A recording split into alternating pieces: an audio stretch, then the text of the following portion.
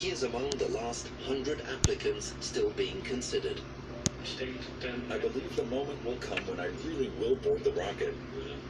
There's a lot that I will miss, but it's the path I want to take. Living on Mars. Life enclosed in a container. Stepping outside without wearing a spacesuit would mean sudden death. No forests, no lakes, no new book. A life focused solely on survival. We are very clear about the fact that this is a permanent settlement mission, a one-way trip.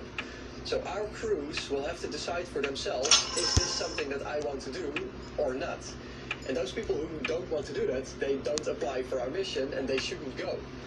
And of course, at any moment until departure, the teams can drop out. And I would not be surprised if the first team that we select climbs the rocket and one of them says, sorry guys, I changed my mind, I don't want to do it.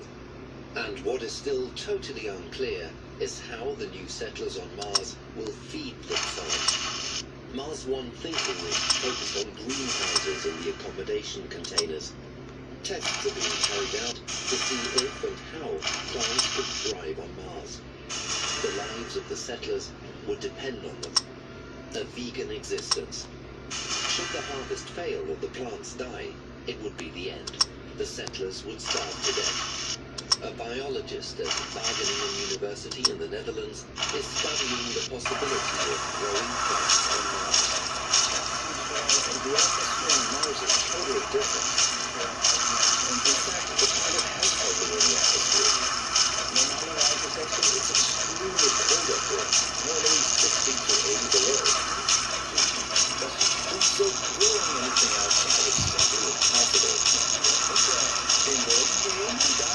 What we will do is go underground, build a house, and grow vegetables in it.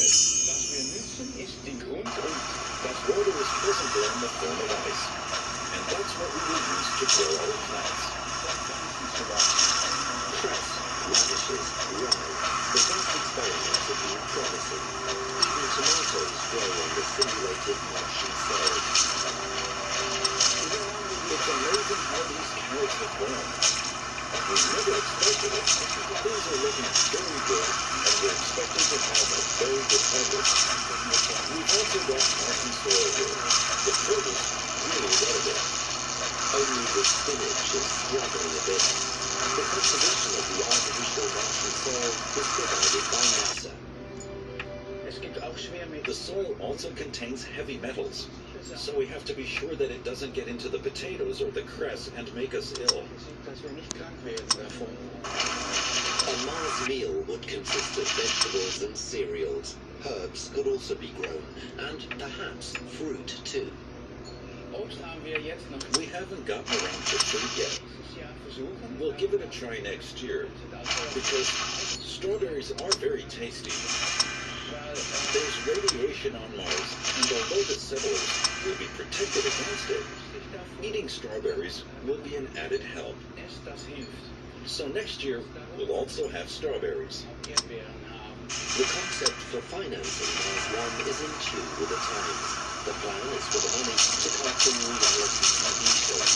Living on Mars from a Big Brother container. I think it's ethically irresponsible to send people to Mars or wherever without it being clear how they could return in an emergency.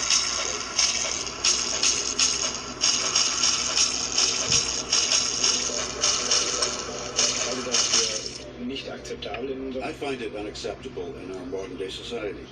The big difference is that the pioneers who went to America hoped to find a better life. If we fly to Mars, we know we will have to live in tin cans, and no one will be able to provide help. For me, that's unacceptable. But Mars One has generated public interest in missions to Mars.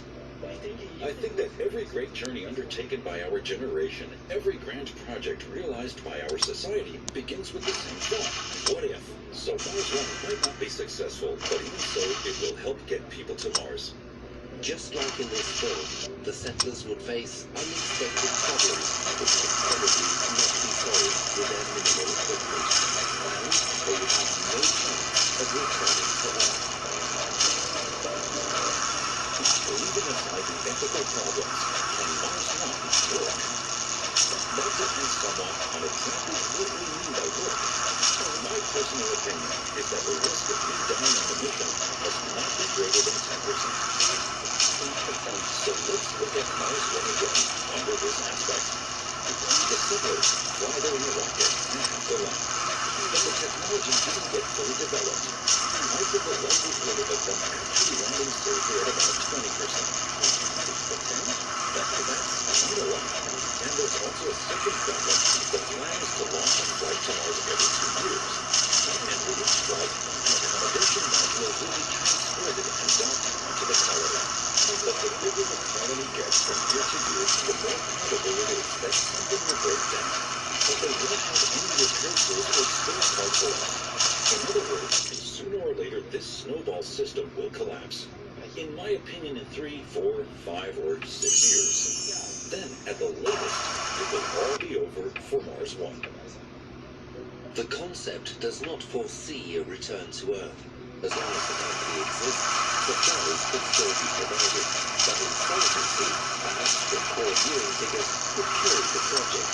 And shortly afterwards, no doubt, the Mars colonists too. Mars One is an extremely ambitious program. Perhaps even too ambitious. Because I'm afraid that the colleagues who are running it have not quite grasped the magnitude of such a mammoth project. I wish them all the best.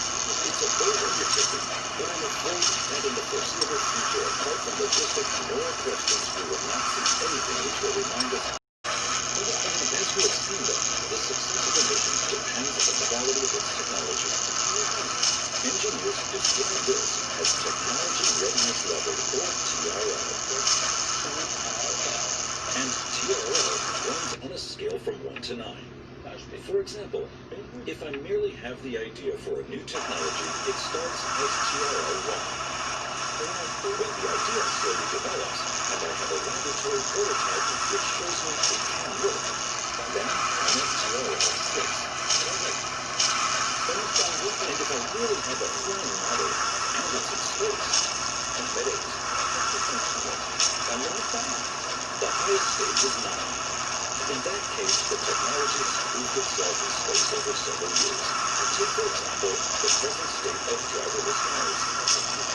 They can be seen on the roads already, but they have not yet proved themselves over several years. So we're talking about level 8. What then is the situation regarding a life support system on a Mars mission? Not even a laboratory prototype exists. For the moment, all we have is a well-developed idea. That's level TRL 6. So you can see that the lives of the astronauts depend on the level of development. And since the life support system alone is only at TRL 4, at present, such a mission would not work at all. But the technology for a manned flight to Mars will exist in the near future. The journey would also be a challenge for those participating in the expedition. They would be traveling for at least 2 years, cooped up together on probably the most dangerous excursion in the history of mankind. Naturally, they would have to be very strong-willed people. Because they would have a number of deprivations to contend with. They would have to cope with critical phases over a period of at least 7 months. And for long stretches in those 7 months, they would see nothing but the pitch blackness of outer space. During that time, they would still have to function well as a crew. And on arrival, they would doubtlessly have to contend with situations they could never have imagined beforehand.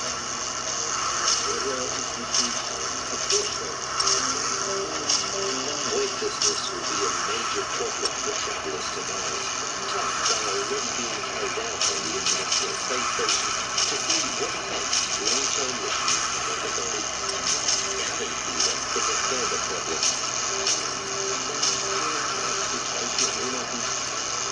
After 3 or 4 months or so, everyone has a bump. It usually becomes noticeable when someone gorging themselves at breakfast and saying scarcely a word. When we see that, we give the person a bit of encouragement. crack a joke or pat them on the Stop. back. Auf die Schulter geklopft. With its Journey to Mars program, NASA is not only developing the spaceship and the corresponding rocket, it is also having to create Martian accommodation from scratch. Various prototypes are being tested. Life side by side for the astronauts in the most confined space is also being simulated. We know that over the 30 days in which a spaceflight was simulated, the communication within the group can be considerable. So if we imagine a crew traveling for an entire year, we're probably no more than talking to one another. That's not a good prospect for such a lengthy mission. More successful by comparison is the most current long-term project involving a journey to Mars. A lava landscape on Hawaii formed the background to a special experiment. 3 men and 3 women lived together for a year on a simulated Mars station. Under the direction of NASA and in cooperation with the University of Hawaii, the 6 test persons experienced Mars for 12 months. Living together functioned. The biggest problem was boredom. But considering a real threat from genuine Martian conditions, that would perhaps never even arise. Actually, interpersonal issues are also a factor. If I send mixed crews, there will be certainly some corner that will not be captured on camera. I think that's perfectly normal, and it shouldn't be prevented either. However, the consequences also need to be planned in. I would not like to hit a mission where 6 fly in and then 7 want to return. Like the International Space Station is also a laboratory for social competence. NASA is studying the effects on people who have no privacy. Basically, what we're looking for are people who take a very balanced view of things, with a generally good sense of humor, but also the ability to work within a team. Sicherlich aber auch die Fähigkeit, dass man im Team zusammenarbeitet und Being able to tolerate a high degree of physical strain is something that has become a little less important. No rocket will be able to transport people and equipment to Mars at the same time.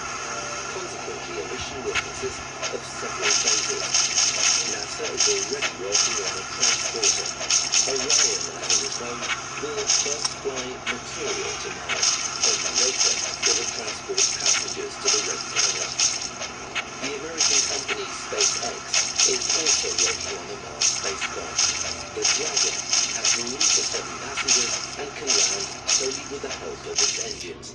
A later version will, it is hoped, also be able to fly to Mars. Scientists are working flat out on the development of the space vehicle and its rockets.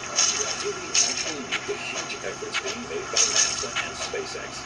Yes, we do. And we need even more from them, because each of these rockets can only put 100 tons in a near-Earth orbit, but we need 300 tons. So what's the answer? We would have to make 3 launches with the present rockets, and then assemble things in space. But we've never done that before. It will involve new technology, and only after assembly will it check out and perform, followed by the famous trans-Mars injection boat. In other words, departure from Mars. Only then would we be on our way there. A journey to Mars would take almost exactly 200 days. I'd say, my goodness, how boring. But you'd be wrong. There are some problems to be solved. First of all, the cramped space with 6 people in one small capsule. You'd have a much closer eye on your colleagues, and sometimes emotions would boil over. NASA knows this. That's why it likes to keep women. It knows that with women on board, almost everything runs smoothly. So I'd like to bet that 1 or 2 women will be taken along. And then there's another huge problem, cosmic radiation. Hard particles will batter the astronauts from all angles. And in addition, there are the solar protuberances of both flares. Particles, which would irradiate the astronauts and destroy their DNA. So they need to be protected through the construction of shelters. But they have never been built before. das hat man aber bisher noch nie gebaut. The logistics of a mission to Mars would be enormous, especially because of the duration of the expedition. man schickt nur die Menschen. People will travel to Mars with only the basic necessities. After all, they'll be traveling for quite a long time, at least 6 months. Everything they need on Mars will already have been sent there. Research into food production is taking place with a view to supplying Mars explorers over a long period. For example, the space agencies are testing various methods of growing plants in zero-gravity conditions. In August 2015, the crew of the ISS enjoyed an extraordinary dinner. Salad has been cultivated on this space station for the first time.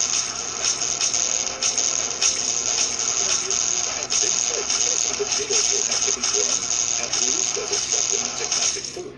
I don't believe that would constitute a full diet because the risk is too great. One case of fungus infestation and everyone would starve to death. Flowers, too, have already been grown on the space station, and they blossomed entirely without natural sunlight. On a Mars mission, however, they would be suitable solely as a gift, should the team encounter Martians after all. 3D printers are more practical, and they too are being tested on the space station. They would enable essential spare parts to be produced. The print material could be provided by the plant itself. Thus, 3D printing is regarded as a key technology for a mission to the Red Planet.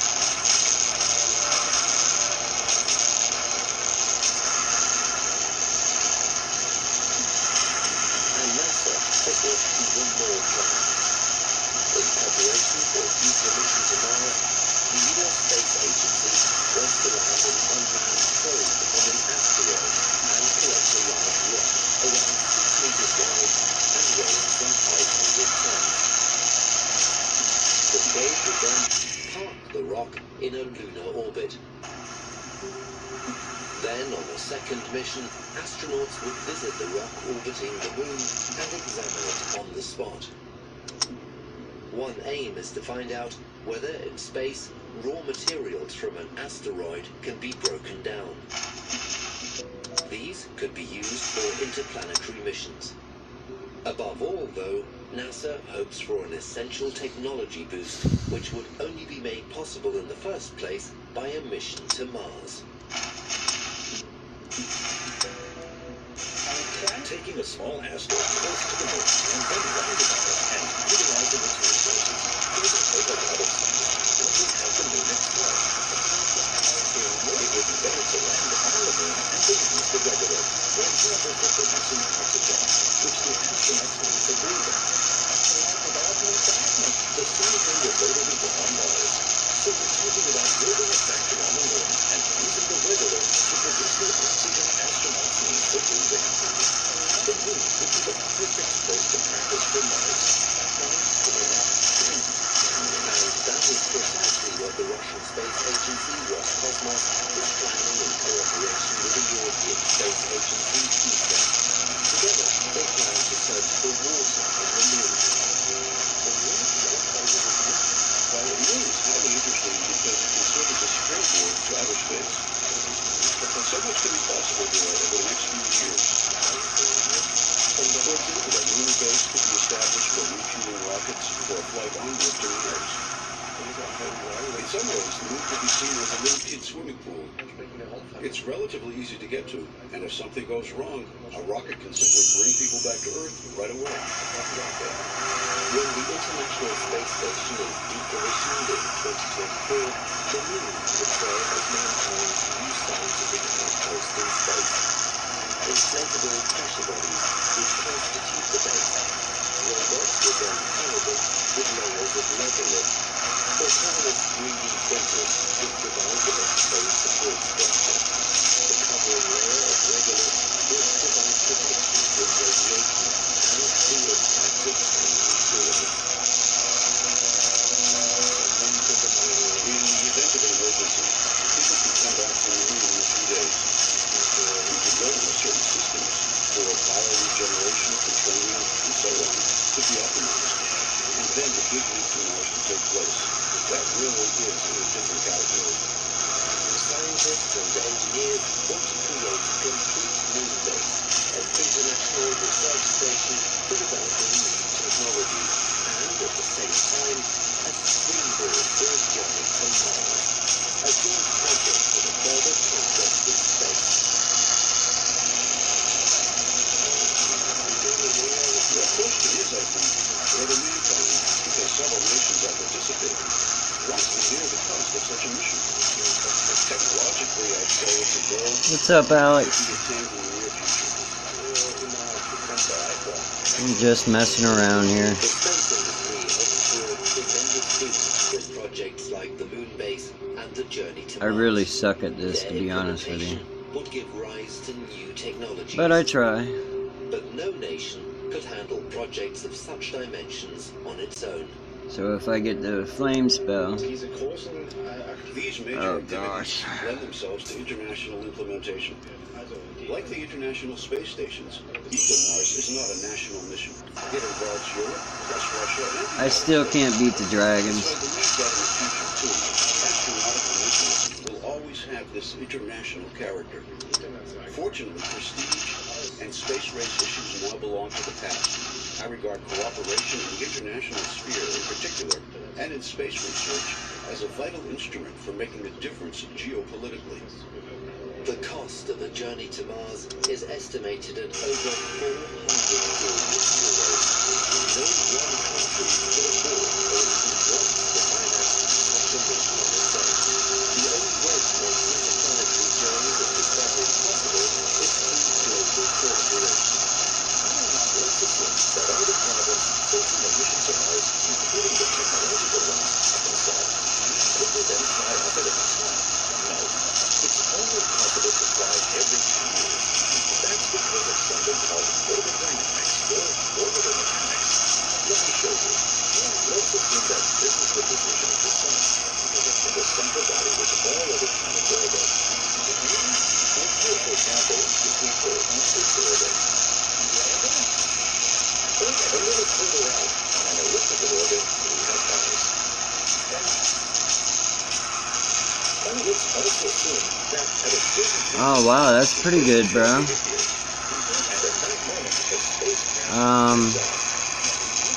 This isn't my primary account.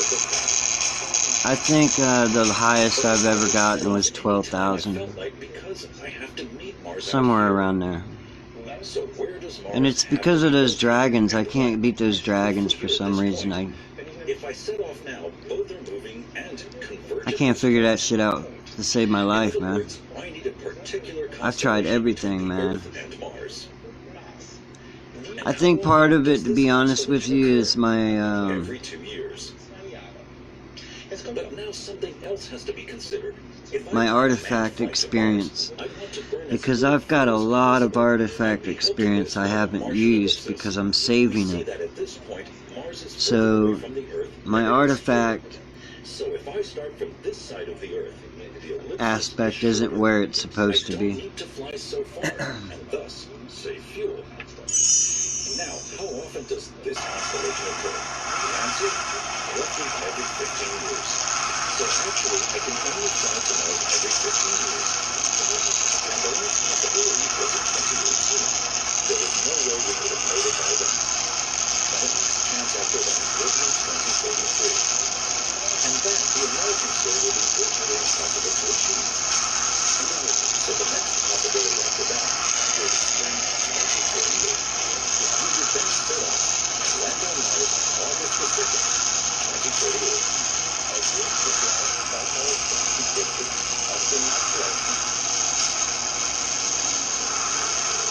But the countdown for putting people on Mars will begin at least 2 years beforehand. Several unmanned spacecraft will set out for the red planet, taking tons of material to the Martian surface. They will also have the landing module on board for the visitors who will arrive later, including the crew for a return to Earth. On Mars, robots will already be preparing for the arrival of passengers. Hey, what's up, Alina? I'm about to die right now.